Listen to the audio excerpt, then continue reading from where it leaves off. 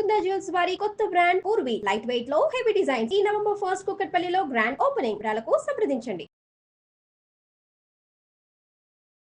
రమ్మగారు మనం విక్రమార్కుడి స్టోరీస్ లో ఉన్నామండి. సో ముప్పావు దొంగ అతను ఏం చేశాడు? ఇక్కడ కొత్వాల్ గారు ఫెయిల్ అయిపోయాడు. అవును. దాంతో మంత్రి గారు అని ఏమన్నాడు, ఆ కోలాహలుడు ఆయన పేరు, నేను చూస్తానండి, నేను చాలా తెలివిగలవాడిని, ఇలాంటివి ఎంతమందినో చూశాను, ఇక నాదే బాధ్యత అని ఆయన ఊళ్ళో తిరగటం మొదలుపెట్టాడు. సరే ఇక్కడ ఏమైంది, కార్తికేయుడు కుమారుడైన ముప్పావు దొంగ మూడో కుమారుడు ఏమన్నాడు, నేను ఊళ్ళోకి వెళ్తానన్నాడు. వాళ్ళ నాన్న చెప్పాడు, ఆల్రెడీ 2 దొంగతనాలు చేసి వచ్చారు, ఊరంతా గగ్గోలు ఎత్తిపోతూ ఉంటుంది, జాగ్రత్తగా చెయ్యాలి నువ్వు అంటే, సరే చూస్తానన్నాడు. వీడు వచ్చి ఊళ్ళోకి దిగాడు. ఊళ్ళోకి దిగి కాస్త అటు ఇటు తిరిగి ఊళ్ళో ఎవరినో కనుక్కున్నాడు. ఏమిటండి మీ ఊరు సంగతులు అంటే, మా ఊరంతా దొంగతనాలు, ఈ ఊరు ఎందుకు వచ్చావురా నాయన నువ్వు, అసలు ఎన్ని దొంగతనాలో, చిన్నవి పొన్నవి ఎలాగూ ఉంటుంటాయి ఎప్పటికప్పుడు, ఇప్పుడు కొత్తగా తెలివిగల దొంగలు వచ్చారు, అసలు ఈసారి మా మంత్రి గారు కడ్బంధం చేసి నడుం బిగించి దిగాడు, మంత్రి మహా తెలివిగలవాడు, ఆయన సామాన్యుడు కాదు, ఈసారి దొరికేశారే వాళ్ళు. సరే మంత్రి గారి సంగతి పట్టాలి వీడు. అదే ఏం చేశాడు, కాస్త మంత్రి గారి వ్యవహారం అన్నీ కనుక్కున్నాడు. ఈయనకి ఏమంటారంటే, మన వ్యాపారస్తుల వీధిలో ఉన్న ఒక ఆవిడతోటి స్నేహం ఉంది. ఇటీవల ప్రతిరోజు 3వ జామున అక్కడికి వెళ్తున్నాడు. ముందంతా సంగీతం వినటానికే, ఇవాళ రాత్రి ముహూర్తం పెట్టుకున్నారు. ఆ సంగతి కనుక్కున్నాడు. ఎవరో చెలికత్తెలు పని వాళ్ళ ద్వారా కనుక్కుని, సరే 3వ జాము కంటే ముందే సరిగ్గా మంత్రి గారు ఎలాంటి బట్టలు వేసుకుంటాడో అలాంటి బట్టలు అదే తలపాగా వేసుకుని వాళ్ళ ఇంటికి వెళ్ళాడు. వెళ్లే ముందు ఏం చేశాడంటే, ఈ మంత్రి గారు ఉన్న వీధిలోనే సాయంత్రం అంతా తిరిగాడు. ఆయన కేకలు అరుపులు, ఆయన గొంతంతా తెలుసుకున్నాడు. కొద్దిగా గొంతు మార్చి పోయి ఆ మీనాంబ ఇంటికి వెళ్ళాడు. వెళ్ళాక ఆవిడ అడిగింది, ఇదేమిటి పెందరాళే వచ్చారు, రోజు ఇట్లా రారుగా అంటే, అని ఉద్రేకం అంచుకోలేక ముందు వచ్చేసావు నువ్వు అనేసరికల్లా, అవును వాడు ఇంతకు ముందు వచ్చిన వాడు కొత్వాలు చూస్తున్నాడని కొత్వాల్ని మోసం చేశాడు, ఇప్పుడు నా వేషంలో ఇక్కడికి వస్తాడని జనంతా చెప్పుకుంటున్నారు, అందుకని నేను ముందే వచ్చాను, వాడెవడో నా వేషంలో ఇక్కడికి వస్తే వాడిని పట్టేయటానికి వచ్చాను, నువ్వు కాసేపు వీణ వాయించు, కొంతసేపు సంగీతం పాడు, మన ఇద్దరం ఎంజాయ్ చేద్దామని చెప్పాడు. ఈ మీనాంబకి ఏం తెలుసు, రోజువారీ బట్టలు అటు ఇటుగా అంతే సైజు, గొంతు కూడా ఇంచుమించుగా అలాగే ఉంది, పైగా అమావాస్యకి కొద్దిగా దగ్గర రోజులు అంత వెలుగుగా లేదు, రాత్రి ఇది 2వ జాములో రాత్రి అయిపోయింది. సరే ఆవిడ లోపలికి పోయింది, వీణ వాయించింది, అది ఇది అయ్యింది. 3వ జాము సమీపిస్తుండగా ఈవిడ వీణ సందట్లో గమనించలేదు, కానీ వీడు దొంగ కదా, ముప్పావు దొంగ, వీడు చెవి బయటకే ఉంది, గుర్రాలు కానీ రథం కానీ వస్తున్న శబ్దం వస్తోందేమోనని గుర్ర బండి ఒకటి వచ్చింది. ఊళ్ళో అంతా గుర్ర బళ్ళు తిరుగుతూనే ఉన్నాయి. ఆ సందులో ఈ అమ్మాయిల కోసం వచ్చే ఎంతమందో వస్తున్నారు. ఓకే, కరెక్ట్గా ఈ ఇంటి ముందు గుర్ర బండి ఆగింది. చూసుకున్నాడు. చూసుకుని, మీనాంబ చాలా దాహంగా ఉంది, నువ్వు లోపలికి వెళ్ళి కొంచెం మంచి మజ్జిగ కలుపుకురా అని ఈ వీణ వాయిస్తున్న మీనాంబని లేవదీసి లోపలికి పంపించాడు. ఆవిడ ఏం చేసింది, ఏకాంతం కోసం పని వాళ్ళందరినీ పంపేసింది. ఇప్పటికి వారం రోజులుగా మంత్రి గారు ఒట్టిగా సంగీతమే వింటున్నాడు, ఇవాళ ఆవిడతో స్పెండ్ చేయాలనుకున్నాడు, ఏకాంతంగా ఉండాలనుకున్నాడు, పని వాళ్ళని పంపించేసింది. మజ్జిగది ఏంటంటే తెచ్చేందుకు ఎవరు లేరు, అవన్నీ కనుక్కున్నాడు వీడు, మనవాడు ముప్పావు దొంగ. ఈవిడ వంట ఇంట్లోకి వెళ్ళిపోయింది. వెళ్ళంగానే వీడు కప్పుకొని వీధి వాకిలి వైపుకి వెళ్ళి తలుపు ఓరగా తీశాడు. తలుపు తీసుండేసరికల్లా ఆ మంత్రి గారు బండి దిగాడు. ఆయన కూడా ఏకాంతం కోసం స్వయంగా తోలుకొచ్చాడు బండి. ఎవరు లేరు బండిలో, ఆయన ఒకడే వచ్చేసాడు. లోపలికి వచ్చి ఏమిటి తలుపు అప్పుడే తీసావు, నా కోసం వేచి ఉన్నావా అని కబుర్లు చెప్పబోతూ లోపలికి వచ్చాడు. రాగానే ఈ లోపలను ముప్పావు దొంగ ఆయన్ని వంగ తీసి దబా దబా బాధేశాడు.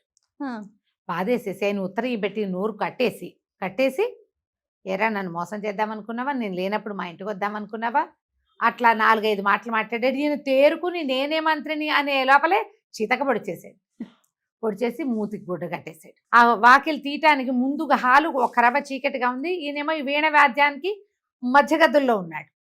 ఈ మొదటి గదిలోనే తలుపు తీయంగానే కనపడేలాగా ఈ మూటలాగా కట్టేసి ఆ మంత్రి గారిని అక్కడ కూర్చోబెట్టేసి లోపలికి వచ్చేసాడు. 5 నిమిషాల్లో జరిగిపోయింది. ఆవిడ లోపలికి వెళ్ళి కాస్త మజ్జిగిట్ట చిలికి చెంబులో కాస్తంత ఉప్పు పంచదార వేసి ఆమె తెచ్చేసరికి ఈ పని అయిపోయింది. ఆ మజ్జిగ తాగాడు. అక్కడి నుంచి ఆమెను దగ్గరికి తీసుకుని లోపల గదిలోకి తీసుకెళ్ళిపోయాడు. ఇద్దరు కలిసి చాలాసేపు గడిపిన తర్వాత ఏమన్నాడు, మీనాంబ స్నానం చేయాలనుంది నాకు అంటే, ఏముంది పెరట్లో గోలెంలో నీళ్లున్నాయి, స్నానం చేసిరంటాను. ఇప్పటిదాకా ఈ మంత్రి గారు ముందు గదుల్లోనే ఉన్నాడు కానీ ఆయన ఎప్పుడు వెనక గదిలో ఇప్పుడేగా వస్తున్నాడు. అదేలే. సరే ఇతను ఏం చేశాడు, లోపలికి వెళ్ళి ఆ గోళాల్లో ఉన్న నీళ్ళన్నీ ఉంపేశాడు. ఆ వెనక పెరట్లోకి వెళ్ళి కేకలు పెట్టాడు, మీనాంబ నీళ్ళు ఒక్క చుక్క నీళ్లు లేవు, స్నానం చేద్దామంటే అని కేకలు పెట్టాడు. ఆవిడని పనివాళ్ళు లేరు, ఎవరు లేరు. ఆవిడ ఏం చేసింది, ఈ నిద్రలో అధాటును లేచింది కదా, చేతికి అందిన చీర మాత్రం చుట్టపెట్టుకుని చటుక్కను బయటికి వెళ్ళింది. వెళ్ళి చూసేసరికల్లా ఏముంది, ఆయన నుంచుని ఉన్నాడు, నీళ్లు లేవు. సరే ఏముందండి, నది మనకి ఇంటి వెనకాలే ఉంది, దాన్ని ఏతం పెట్టి తోడుకోవచ్చు. ఈ ప్రతి ఇంటికి ఏం చేస్తారంటే ఈ పిట్టగోడల పక్కన కొంచెం పారే ఏరు అలాంటివి ఏమైనా ఉన్నాయనుకో, ఏతామని ఒక తాట, మన దాన్ని ఏమంటారంటే వెదురుతోటో తాటాకుతోటో బుట్టల్లాగా అల్లుతారు. ఈ బుట్టని అటు నీళ్ళల్లోకి వేసి ఇప్పుడు మన బావి చేదినట్టే ఏతానవతటం ఇట్లా ఇట్లా అనాలన్నమాట, అంటే వస్తుంది. ఆ గట్టెక్కి ఏతం తోడుకోవాలి. ఈ అమ్మాయి ఏమంది, నేను గట్టెక్కి తోడతాను, పోసుకుందరు కానీ నీళ్ళని గట్టెక్కింది. గట్టెక్కేసరికల్లా ఈ చీకటి మాటన ఆవిడ అరకొరగా ఒక చీర అలాగా చుట్టు పెట్టుకుని వచ్చింది. ఈ చేతులతో విస్సురుగా పనిచేసి 4-5 సార్లు ఆ నీళ్లు తోడేసరికల్లా ఆ నీళ్ళు ఎత్తి పోసుకున్నాడు మన ముప్పావు దొంగ. ఆవిడ గట్టు మీదే నుంచుంది. చటుకుని పెద్ద గాలి వచ్చి ఈవిడ చీర ఒంటి మీద నుంచి జారి ఆ నీళ్ళల్లో పడిపోయి ఖాళీగా నుంచుంది. అయ్యో, నుంచునేసరికల్లా ఈ ముప్పావు దొంగ నాడు, అయ్యో నీ చీర పడిపోయిందా, నేను లోపలికి వెళ్ళి నీ చీర పట్టుకొస్తాను, నువ్వు అక్కడే నుంచో అని ఆ గట్టు మీదే ఆమె నుంచోబెట్టి లోపలికి వచ్చాడు. లోపలికి వచ్చి ఇక అమ్మాయి నగ నట్ర మొత్తం ఆ లోపల ఉన్నవన్నీ సర్దేశాడు. మంత్రి గారిని చిత్త కొట్టాడుగా, ఆయన మెడలో ఉన్నవి చెవులకు ఉన్నవి తీసేశాడు. ఈ అమ్మాయి ఈతనితో పాటు శయనించే ముందు నగా నట్ర తీసి యువతలు పెట్టింది కొన్ని, అవన్నీ పుచ్చేసుకున్నాడు. మొత్తం కలిపి అక్కడ ఉన్న పట్టుబట్టలు మంత్రి గారి బట్టలతో సహా మూట కట్టుకుని జంపు. తెల్లవారింది. మంత్రి గారి ఇంటి దగ్గర మంత్రి గారు ఏరి కబురొచ్చింది, చూసుకున్నారు. సుప్రభాత సేవ వేళకి ఆయన వచ్చేయాలి, కనపడలేదు. ఏరా ఏమిరా అంటే 3వ జామున ఎక్కడికో వెళ్ళారండి అన్నారు. అనగానే సైనికులు 5-6 మరి పొద్దున్నే రాలేదేంటి, ఆయన తీసుకురావడానికి సైనికులు వచ్చారు. వాకిట్లో బండి ఉంది, ఎవరు మనుషులు లేరు. ఈ లోపల ఏమైంది, తెల్లవారిందిగా. మీనాంబకి ఇంటికి రోజువారీ పొద్దున్నే వచ్చేవాళ్ళు వస్తారు, పనిచేసేవాళ్ళు, ఇరుగు పొరుగు ఎవరో ఉంటారా. అందరూ చూస్తే ఏముంది, బయట బండి బయటే ఉంది, తలుపు కొంచెం ఓరగా తెరిచున్నట్టు కనపడింది. పొద్దున్నే ఓరగా ఎటే తెరిచుంటుంది, తలుపు కొట్టాలి. వీళ్ళు తలుపు మీద చెయ్యేసేసరికి తలుపేమో తెరుచుకుపోయింది. మంత్రి గారు ముద్దలాగా చుట్టబడి అక్కడ ఉన్నాడు. నిర్ఘాంతపోయారు, ఇదేమిట్రా అని. ఆ మంత్రిని లేవదీశారు. ఇల్లంతా ఏదో ఖాళీగా ఉన్నట్టు అనిపించింది. మీనాంబేది లోపలికి వెతికి వెళ్తే అన్ని గదులు చూశాక కనపడలేదు. ఊరికే ఎవరితో ఒక పక్కింటి ఫ్రెండు, ఏమిటి ఎక్కడిపోయింది, వంటిటో ఉందా పెరటో ఉందా అని పెరట్లోకి వెళ్ళేసరికల్లా ఏముంది, అప్పుడే తెల్లవారింది. ఒంటి మీద ఏమీ లేకుండా నుంచునుంది ఆ గోడ మీద. అక్కడే ఉంది, అక్కడే చీర తెస్తానన్నాడు కదా, అక్కడే కూర్చునుంది. ఆ కేకలేసింది, అదేమిటే బట్టలు లేవంటే, మంత్రి గారు వెళ్ళారు బట్టలు తేవడానికి అంటుంది. ఏ మంత్రి, నీ బొంద, ఆయన ఇట్లా కట్టేస్తున్నాడు. అక్కడి నుంచి లోపల నుంచి ఏదో చీర పుచ్చుకొచ్చారు, చుట్టపెట్టారు, ఆవిడని దింపారు. ఏం జరిగింది అంటే, మంత్రి గారు తన్నులు తిన్నాడు, ఈవిడ ఆయనతో మోహపరవశంలో కొంత సమయం గడిపింది. నగలేదు, నట్రలేదు, గోవింద. ఊరంతా అలా గొల్లుమని పోయింది. మంత్రిని కూడా ముంచాడే వాడెవడో. ఇప్పుడు వీడు వేరేవాడా ఏమిటో తెలీదు. ఈ వచ్చిన వాడిని ఆ అమ్మాయి చీకట్లో చూసింది కానీ వాడిని వర్ణించలేదు. ఒడ్డు పొడుగు మంత్రి గారు అంటున్నాడు. మంత్రి గారు కూడా ముసలే ఆయన కాదు, 30 ఏళ్ళు ఆయన. వీడు అంతే వయసు, చీకటి, పైగా వ్యామోహము మోహము. ఆవిడేం చూసింది, ఇందులో బాగా చూడబడిన వాడెవడు, ఒకడు కొత్తవాళ్ళ గారు అల్లుడు. అక్కడి నుంచి ముందొచ్చిన పావు దొంగ, అతన్ని ఇద్దరు చూశారు. అతన్ని మంగళాయన చూసి గడ్డం గీశాడు, బట్టల షాప్ చూశాడు. మంగళతని చెప్పాడు వాడికి 23 ఏళ్ళు ఉంటాయి, అంతకంటే లేదు, లేత గడ్డం. కొత్తవాళ్ళ గారి ఇంటికి వచ్చిన వాడు కొంచెం గడిదీరున్నాడు, కండలు తిరిగి ఉన్నాడు కదా. సో వీడు కొంచెం చిన్నపిల్లాడు, వాడు కొంచెం పెద్దవాడు. ఇప్పుడు చేసిన ఈ క్రియ అంతా చూస్తే ఇంకా పెద్దవాడు అనమాట వాడెవడో. ముగ్గురు ఒకళ్ళైనా వేరువేరా, ఒకళ్ళే అవడానికి అవకాశం లేదు. వీడు చిన్నవాడు, మొదట వచ్చినవాడు, వాడైతే డెఫినెట్గా ఈ పని చేయాలి. ఇలా మాట్లాడుకున్నారు. ఊరంతా తెలిసి గందరగోళం అయిపోయింది. రాజుగారు అన్నారు, చిచ్చి మీ అందరి వల్ల కాదు, ఈసారి నేనే దిగుతాను. ఈ ముప్పావు దొంగ కూడా ఇంటికి వెళ్ళిపోయాడు. మంత్రి గారి బట్టలు పాతలు నగలు నాణ్యాలు అన్నీ చూపించాడు. నాన్నకు చాలా సంతోషించాడు. ఆయన సంతోషించి, సరే ఇప్పుడు నీ సంగతి ప్రూవ్ చేసుకోమని పెద్ద కొడుకుని ఒప్పించాడు. ఏమిటి వాడి పేరు, నిండు దొంగ. ముప్పావు అర పావు అయినాయి, ఇప్పుడు నిండు దొంగని పంపారు. ఈ నిండు దొంగ ఊళ్ళోకి వస్తే ఊరంతా అల్లకల్లోలంగా ఉంది. ఎవ్వరు ఎవరితోటి మాట్లాడడానికి నమ్మడానికి ఇష్టపట్టాల. విషయం తెలుసుకొని సరే రాజుగారు దిగుతాడని ఏం చేశాడు, ఊళ్ళోకి వెళ్ళి 2-4 కంబళ్ళు, ఆకు, సున్నం, వక్కలు, తమ కిళ్ళీలు వేసుకోవడానికి సరిపడా మంచి సామగ్రి అంతా పుచ్చుకుని ఊరి మొగదల్లో అంటే ఏమన్నా పొలిమేరల్లో ఒక టెంట్ లాగా వేసుకుని ఈ కంబళి పరిచి ఆకులు, సున్నం, వక్క, ఆ తర్వాత ఏమో ఈ కొంచెం గుల్కందు లాంటివి కొన్ని సుగంధ ద్రవ్యాలు పరుచుకుని కూర్చున్నాడు.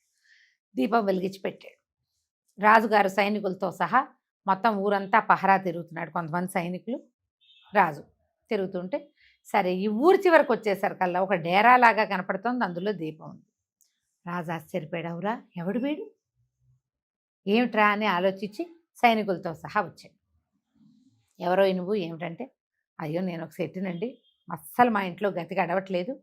అయితే మన ఊళ్ళో దొంగలు పడ్డారు కదండి, దొంగలు ఎవరైనా సరే ఊరి పొలిమేరల్లోకి రాకుండా ఎట్టా ఉంటారు, వాళ్ళు ఎలాగూ ఇంత చోట సంపాదించుకొని వస్తారు కదా. కాబట్టి నా ప్లాన్ ఏంటంటే, ఇక్కడ ఏముంది, ఆకు ఒక ఎవడైనా రాత్రిపూట మెలకుగా ఉండాలంటే ఏదో ఒకటి నవలాలి. దొంగ అన్నవాడు రాత్రిళ్లే కదా వచ్చేది, కాబట్టి వీడు రాత్రిపూట వస్తాడు, వాడి నోట్లో వేసుకునే సాధనం కావాలి. కాబట్టి ఆకు బక్క అన్ని పెట్టు కూర్చున్నానండి, కొంచెం ఎక్కువ రేటుకి అమ్ముకుంటాను, ఊళ్ళో నేను ఇదే వ్యాపారం చేస్తాను అనగానే రాజు ఆశ్చర్యపడి, ఏమిటి దొంగలు వస్తారంటావన్నాడు. రాకేం చేస్తారండి, ఊళ్ళోకి రావాలి, ఊళ్ళోంచి బయటికి వెళ్ళాలి. దొంగలు అన్నవాళ్ళు రాత్రిపూటే చేస్తారు, మామూలు వాళ్ళు ఎవడు తిరుగుతాడు రాత్రిపూట కదా అనేసరికి ఇందులో ఒక పాయింట్ కనపడింది రాజుకి. ఈ ఐడియా బాగుందో, వాళ్ళు రాగానే మాకు చెప్తావా అన్నాడు. అనేసరికి అతను అన్నాడు, నిండు దొంగ, నేను చెప్పడం ఎందుకండి బలివారు, మీరు ఒక పని చేయండి, మన సైనికులందరినీ దూరంగా ఉన్న చెట్ల చాటున ఉండమనండి, మీరు కేకేసినప్పుడు వచ్చేలాగా సంకేతం పెట్టుకోండి అని చెప్పాడు. చెప్పగానే ఈయనన్నాడు, ఈ ఐడియా బాగుంది, అరే మీరందరూ చెట్ల చాటున ఉంచోండి, కేకేసినప్పుడు వద్దురుగా, ఓకే నా ఈల కోసం నేను విజిల్ వేయటం కోసం వెయిట్ చేయండి అనగానే మొత్తం గుంపంతా పోయారు. రాజుగారు మిగిలాడు. ఈ మన నిండు దొంగ అన్నాడు, మీరు ఒక పని చేయండి, మీ నగలు, నాణ్యాలు, కత్తి, కటారు అన్నీ తీసి నా చేతికి ఇచ్చేయండి, మీరు ఇక్కడ సంచిలో ఉండండి, సంచిలో దాక్కోండి, సంచి ఉన్నట్టు కనపడుతుంది, మీరున్నట్టు తెలీదు, లేకపోతే దూరంగానే మీ బట్టలు, నగలు అన్నీ మెరుస్తూ ఉంటాయి, వాడు వెళ్ళిపోతాడు, వెళ్ళిపోతారు దొంగలు, లోపలికి రారు, ఎవ్వరు లేరు అంటే ఆ ఇక్కడ ఉన్న సామాన్లతో పాటు మీరు ఒక మూటగా ఉంటారు. ఏమంటారంటే రాజుకి ఇది కూడా నచ్చి బాగానే ఉందని ఆయన ఏం చేశాడు, తనది పెద్ద ఖడ్గం ఉంటుందిగా, రాచ ఖడ్గం, అది వీడి చేతిలో పెట్టి ఉంగరం తీసి అన్నీ పెట్టేసేసి తను సంచిలో దూరి కూర్చున్నాడు. శభాష్. మనవాడు ఏం చేశాడు, సంచి చక్కగా గట్టిగా మూట కట్టేసి రాజుగారి కత్తి, కటారు పుచ్చుకొని వెళ్ళిపోయాడు. రాజుగారి కత్తి, ఉంగరం, ఇంకేముంది, రాజమర్యాద అంతా పోయినట్టే. అక్కడి నుంచి ఏమైంది, ఎంతసేపటికి విజిల్ రాదు, రాజుగారు ఏమి ఏలేడు, రాజుగారు గింజుకుంటున్నాడు, బస్తాలో ఊపిరాటలేదు, విసుగు పుట్టేస్తోంది, ఎవడూ రాడు, ఎవడూ లేడు ఇక్కడ. వాడు వెళ్ళిపోయిన సంగతి కూడా ఆయనకు అర్థం కాల. వాడు ఏం చేశాడు, రాజుగారు మూటలో కూర్చోగానే కట్టేశాడా, అడి తిప్పేసాడు. ఈ బయటికి వెళ్ళిపోతున్నది కూడా రాజు చూడలా, ఎంతసేపు చూసినా ఏమీ అవ్వదు. ఈ లోపల పహరాకు వచ్చిన ఇంకొక బ్యాచ్ వస్తుందిగా, జనరల్గా ఏమిటి, ఇటు వచ్చిన బ్యాచ్ వెళ్ళిపోవాలి, మళ్ళీ ఇంకో బ్యాచ్ వస్తుంది, ఆ ఇంకో బ్యాచ్ వాళ్ళు వచ్చేసరికి ఈ చెట్ల చాట్లు ఉన్న వాళ్ళు రాజుగారి వేలేస్తాడు, అందుకని ఆగేమన్నారు. ఇలా లేదు, బోలా లేదు, సరే మేము చూసొస్తామని తీరా చూస్తే ఏముంది, ఆ గుడారంలో ఎవరు లేరు, సంచి ఉంది, ఏదో కదులుతోంది, ఏమిట్రా అని చూస్తే సంచి ఊడదీస్తే ఏముంది, రాజుగారు ఉన్నాడు. ఇంకేం చేస్తారు, ఇక తలకాయ సిగ్గుపడిన రాజు ఇంకేం చేస్తాడు, కత్తి పోయింది, డాలు పోయింది, అన్నీ పోయినాయని ఆయన ఇంటికి వెళ్ళిపోయాడు. ఈ కథ చెప్పింది. ఇప్పుడు ఈ వెళ్ళిపోయిన నిండు దొంగ రాజుగారి సామాన్లతో పాటు ఇంటికి వెళ్ళిపోయి వాళ్ళ నాన్న మన్నన్నకి పాత్రుడయ్యాడు పిల్లవాడు. 4 అబ్బాయిలు, మీరు బ్రహ్మాండమైన దొంగలరా, ఇక మీరు అందరికీ ట్రైనింగ్ కూడా ఇవ్వచ్చని తండ్రి శభాష్ అని వాళ్ళని రోడ్డు మీదకి పంపించేశాడు.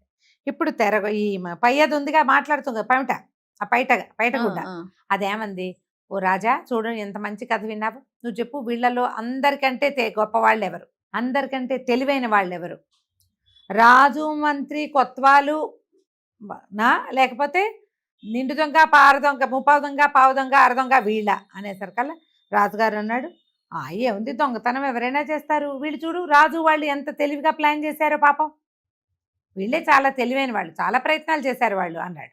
అనగానే చొప్పదంట సమాధానం కదా అది, ఈ రాజకుమారి గోళ్ళు కొరుక్కుంటూ వినేస్తోంది కథ అంతా.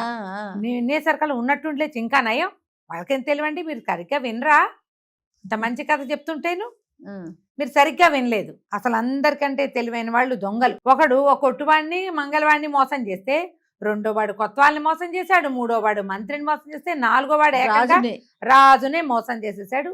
తెలివిగల వాళ్ళంటే దొంగలండి, రాజులు కాదు. మీరు ఒట్టి తెలివి తక్కువ వాళ్ళనే ఉన్నారు, కథలు సరిగ్గా వింటలేదు మీరని అనగానే పక్కపక్క నవ్వాడు విక్రమార్కుడు. నవ్వి, ఓ పయ్యదా, నీ వల్ల చూడు పలకని పడితే ఎన్ని మాటలు మాట్లాడిందో అనగానే ఆ పిల్లకి సిగ్గు ముంచుకొచ్చేటప్పుడు తట్టింది. తను మాట్లాడేసి ఎన్ని మాటలు మాట్లాడింది, అమ్మాయి మాట్లాడాల్సింది 3, ముందే ఓసారి ఒక 4 వాక్యాలు మాట్లాడేది. ఇప్పుడు ఈ మళ్ళీ మాట్లాడంగానే నా వెంటనే ఆవిడకి తెలిసిపోయింది. మొహమాట పడి ఏమంది, మీలాంటి తెలివిగల వాళ్ళ కోసమే మా అమ్మ ఇంత ప్రయత్నం చేసింది, ఉండండి నేను మా అమ్మ కబురు చేస్తానని తల్లికి కబురు చేసింది. నేను చాలా తెలివిగలవాడు, 3 మాటలు కాదు 30 మాటలు మాట్లాడిచ్చాడు నాతోటి అనేసరికల్లా సరే తల్లి వచ్చి బాబు మీలాంటి గొప్పవారి కోసమే చూస్తున్నాము అనేసరికి విక్రమార్కుడు అన్నాడు, మరి ఇంతమందిని ఇన్ని రకాలుగా శిక్షలకి గురి చేశారు, వాళ్ళందరి సొమ్ము లాగేశారు, ఎవరి సొమ్ము వాళ్ళకి ఇచ్చేసి మీరు ఆల్రెడీ గుళ్ళు కొట్టించిన వాళ్ళందరికీ క్షమాపణ చెప్పి వాళ్ళ డబ్బు వాళ్ళకి ఇచ్చి వాళ్ళని పంపించండి, మీ పిల్లని నాకు ఇచ్చి పెళ్లి చేయండి అని. బాగానే ఉందిగా. అవును, చక్కగా వివాహం జరిపించారు. అక్కడి నుంచి ఇంతకు ముందంతా ఓడిపోయిన వాళ్ళు ఉన్నారుగా, వాళ్ళందరికీ ఎవరి సొమ్ములు వాళ్ళకి ఇచ్చేసి ఈ పిల్లని విక్రమార్కుడికి అప్పచెప్పారు. ఇతను ఏం చేశాడు, ఆ అమ్మాయిని వెంట పెట్టుకొచ్చి అడవిలో పెట్టాడు. ముందు తను వచ్చేటప్పుడు సైన్యాన్ని తీసుకొచ్చాడు కదా, రాజుగారు ఇచ్చారు కొంచెం సైన్యాన్ని, వాళ్ళనేమో ఓ సత్రంలో వదిలిపెట్టాడు. ఆ సత్రానికి వెళ్ళి ఓ పల్లకి తీసుకొచ్చారు వచ్చేటప్పుడు. ఈ రాజకుమార్తె ఈ పిల్లని, ఈ పలకని పడతి అమ్మాయిని ఆ పల్లకి ఎక్కించి తన స్నేహితుడైన భట్టి అతన్ని కేకేసి బెహతాళుతో సహా మళ్ళీ వెనక్కి ప్రయాణం చేసుకొచ్చారు. ఏం చేశాడు, అడవిలోకి రాగానే వేషం మార్చుకున్నాడు. అప్పటిదాకా ఉన్న యువకుడి వేషం లేదు, యువకుడి వేషము లేదు, ఈ తెలివిగలవాడి వేషము కాదు. మొట్టమొదట ఒక వృద్ధ వేషం వేసుకుని కదా వెళ్ళాడు. అవును, ధనవతి గుణవతి దగ్గరికి ఆ వృద్ధ వేషం వేసేసుకున్నాడు. మళ్ళీ వేసుకునేసరికల్లా అక్కడి నుంచి ఏం చేశాడు, చుట్టూ అక్కడ ఇక్కడ కట్టెలు పుల్లలు అన్నీ ఏరుకొచ్చేసరికల్లా ఈ పిల్ల చూసింది, ఈ పలకన పడతి చూసి ఏమడిగింది, అయ్యా మీరు ఇంత పెద్దవారు, మీరు ఎందుకండి ఈ కట్టెలు పుల్లలు అన్నీ మోస్తున్నారు, ఇక్కడ ఇంతమంది ఉన్నారు, వీళ్ళలో ఎవరికైనా చెప్పండి, మీరు మొయ్యబోకండి అంటే, కాదమ్మా నేను పురోహితుణ్ణి, నిన్ను మీ భర్త ఇంట్లో గృహప్రవేశం చేయించాలంటే ఈ కట్టెల మోపు నువ్వు పెట్టుకుని నెత్తి మీద ఊళ్ళోకి నడిచి రావాలి, ఇక్కడ మా సిద్ధాంతం అదేను, నీ భర్త ఇంటికి వెళ్తూ కానీ ఈ కట్టెల మోపు నెత్తి మీద పెట్టుకుంటే, ఓహో వీళ్ళ పద్ధతి ఇది అనుకుని ఆ పెళ్లి కూతురు ఏం చేసింది, ఆ కట్టెల మోపు నెత్తి మీద పెట్టుకుని నడవడం మొదలుపెట్టి ఊళ్ళోకి నడిచొస్తోంది. ఈ నడిచొస్తున్న దాన్ని చూసేసరికల్లా నిర్ఘాంతపోయారు. మహాసౌందర్య రాశి, దీని వెనకాల పల్లకీలు అవి ఇవి వస్తున్నాయి, ఈమెమో నడుస్తుంది, ఈ అమ్మాయి ఏమో నడుస్తుంది, పక్కనేమో ముసలాయన ఉన్నాడు. ఈ ముసలాయన ఎవరు, ఇంతకుముందు రాజుగారి ఛాలెంజ్ని ఎదుర్కొని అదేదో ఊరెళ్ళి ఆ పిల్లని మాట్లాడని పిల్లని తీసుకురావాలన్న వడంబడికి సిద్ధపడి వెళ్ళిన వాడు. ఆయన పక్కన ఒక అందాలు రాసిందంటే ఇది అదే కదా, అంతేగా. ఊరంతా నిర్ఘాంతపోయింది. ఇతను ధనవతి ఇంటి మీద నుంచి నడవటం మొదలుపెట్టాడు. ఎప్పుడైతే ఈ అమ్మాయి ఇట్లా వచ్చిందో అక్కడ ఉన్న చాలా మంది చెలికత్తెలు వాళ్ళంతా కేకలు పెట్టారు. ఈ ముసలాయన పక్కన ఉన్నది ఆ రాజ్యపు రాకుమార్తె, అక్కడ పలకని పడతిగా ఉన్నది, 7 ప్రాకారాలు దాటితే గాని మాట్లాడదు, పెళ్లి చేసుకోదు అని చెప్పబడిన అమ్మాయే ఇది. ఎంతో మంది అక్కడికి వెళ్ళి అమ్మాయి ఫోటో చూసిన వాళ్ళు కూడా ఉన్నారు. అందరూ గుర్తుపట్టేశారు. నడిపించుకొస్తున్నాడు. ఈ ధనవతికి సిగ్గేసింది, నేను ఓడిపోయానని తెలిసిపోయింది. ఈ గుణవతి స్నేహితురాళ్ళు వీళ్ళు బోళ్ళు మంది ఉన్నారు జనం, వాళ్ళంతా హాహా మన నాయకుడు ఎంత గొప్పవాడు, నువ్వు సేవిద్దామని దగ్గర పెట్టుకుంటే ఆయన నీ మాట ఎంత దక్కిచ్చాడు అని చెప్పి ఓహో అన్నారు అందరూ. గృహప్రవేశం చేయించాడు. ఇదిగో నీకు మాట ఇచ్చిన ప్రకారంగా తీసుకొచ్చాను. ఆవిడ ఎంతో సంతోషించింది గుణవతి, నువ్వు ఎంత గొప్పవాడివి, నా మాట దక్కిచ్చావు, లేకపోతే ఈ రాజుగారితో పాటు సమానంగా కూర్చునేదాన్ని, నేను కింద కూర్చోవలసిన స్థితి వచ్చేది అని చెప్పి ఎంతో సంతోషించింది. లోపలికి వెళ్ళి అంతా ఈ జనం అంతా ఎవరి దారిని వాళ్ళు వెళ్ళిపోయాక విక్రమార్కుడు తన స్వరూపాన్ని చూపించాడు వాళ్ళకి. అప్పటిదాకా ఆయన విక్రమార్కుడని గుణవతికి తెలీదు, ఆ మాట్లాడకుండా ఉన్న పెళ్లి కూతురికి తెలీదు వాళ్ళకి.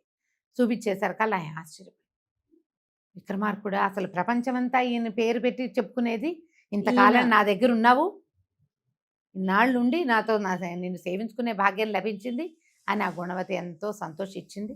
మర్నాడు రాజుగారి దగ్గరికి వెళ్ళి వెళ్ళేసరికి అలా రాజు ఈ అమ్మాయిని పెళ్లి కూతురుని చూసి ఈ ధనవతికి చెప్పాడు, నీ సొమ్మంతా గుణవతికి ఇచ్చేయాలి, నువ్వు ఇక నుంచి నువ్వు రాజు పక్కన కూర్చునే వీలు లేదు అనేసరికల్లా ఈ గుణవతి అంది, నాకు వద్దండి, అహంకరించకూడదు, అంతే. ఎవరిని తక్కువ చేయకూడదు, ఎవరి శక్తి వాళ్ళదే. మీరు ఈయన ఎవరో వృద్ధుడు తీసుకొచ్చాడు అనుకుంటున్నారు, కాదండి, ఈయన మహానుభావుడైన విక్రమార్కుడు, ఆయన వేరే వేషంలో ఇక్కడ ఉన్నాడు. ఆ అమ్మాయిని పెళ్లి చేసుకోవటానికి, ఈ రాజ్యంలో ఉన్న పద్ధతిని సరిచేయడానికి రాజు అన్నవాడు రాజే రాజ్యం చేసుకోవాలి, అంతేగాని స్త్రీలకి అంటే అవకాశం ఇవ్వచ్చు. రాచపుటకు పుట్టుంటే మేము వేరే ఏదో పని చేసేవాళ్ళం, మేమెందుకు రాచరికంలోకి రావాలి అని చెప్పేసరికి రాజు సంతోషించి ఇక ధనవతికి గుణవతికి 2 సింహాసనాలు వేసేవాడు, అవి తీసేశారు. ఈ విక్రమార్కుడిని కాళ్ళు గడిగి ఆయన తీర్థాన్ని నెత్తి మీద చల్లుకుని, నీలాంటి గొప్పవాడు మా ఊళ్ళో ఉండటమే మాకు విశేషం అని చాలా సంతోషించి ఆ గుణవతిని రాజుకు అప్పచెప్పేశాడు.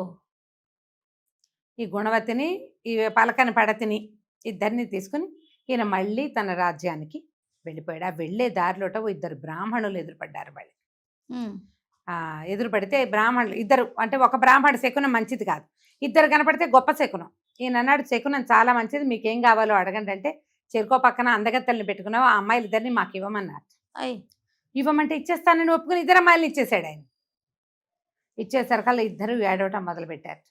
మేము నీతో గడిపిందేది, నీతో మేమేమి గడపలేదు, నీతో కలిసిన జీవితానే మేము చూడలేదు, వీళ్ళకి అప్పచెప్పేసావు, నువ్వు దానం చేసేసావు మమ్మల్ని, ఇలా మా జీవితాలు వీళ్ళతో వెళ్ళవలసిందేనా, మేము విక్రమార్కుడితో కదా ఉండాలనుకున్నాము అని ఏడ్చేసరికల్లా ఆయన ఏమన్నట్టు ఆ బ్రాహ్మణ యువకుళ్ళు ఇద్దరిని అడిగారట, మీ జీవితం గడవడానికి మీకేం కావాలి, ఇప్పుడు అమ్మాయిలు అందంగా ఉన్నారని అడిగారు, ఇచ్చాను, మీకేం కావాలో అడగండి అంటే వాళ్ళు ఏమన్నారట, ఏవైనా 10 ఊళ్ళు ఇస్తే మేము సంతోషిస్తామంటే సరేనని ఉజ్జయిని రాజ్యానికి ఆనుకునున్న 10 చెరుకొక 10 అగ్రహారాల్ని వాళ్ళకిచ్చి యావత్ జీవితము హాయిగా ఉండేందుకు కావాల్సిన ధనం ఇచ్చి ఈ అమ్మాయిలిద్దరిని తీసుకుని ఉజ్జయిని నగరానికి వెళ్ళిపోయాడు. ఇప్పుడు ఎంత తిరిగాడు. ఈ 5వ ప్రతిమ భోజరాజుని అడిగింది. ఈయన తెలివితేటలు చూసావా, సాహసం చూడు, ఎప్పటికప్పుడు రూపం మార్చుకుని మనుషుల్ని భ్రమ పెట్టడమే కాదు, వాళ్ళని దారిలో పెడతాడు. అతను అందరినీ దారిలో పెడతాడు. నువ్వు చేయగలవా, అట్లా నీ వల్ల అవుతుందా, నీ వల్ల కానప్పుడు నువ్వు ఈ సింహాసనం ఎక్కడానికి నీకు ఏ అర్హత లేదు అనగానే భోజ మహారాజు ఆ 5వ ప్రతిమకి దండం పెట్టి దిగి వెళ్ళిపోయాడు. 6వ ప్రతిమ ఏది ఎక్కాడా, మెట్టెక్కాడా, 6వ ప్రతిమ ఏమైనా చెప్పిందా మనం తర్వాయి భాగాల్లో తెలుసుకుందాం. ఖచ్చితంగా రమ్మగారు. కానీ అసలు ఎన్ని మలుపులో, కానీ గుర్తుపెట్టుకోలేని మలుపు కాదు, అర్థం కాని మలుపు కాదు. అవును, క్యారెక్టర్ నేమ్స్ అర్థమైపోతుంది, స్టోరీ కూడా చాలా బాగుంది అర్థమయ్యే విధంగా. నమస్తే రమ్మగారు. నమస్తే.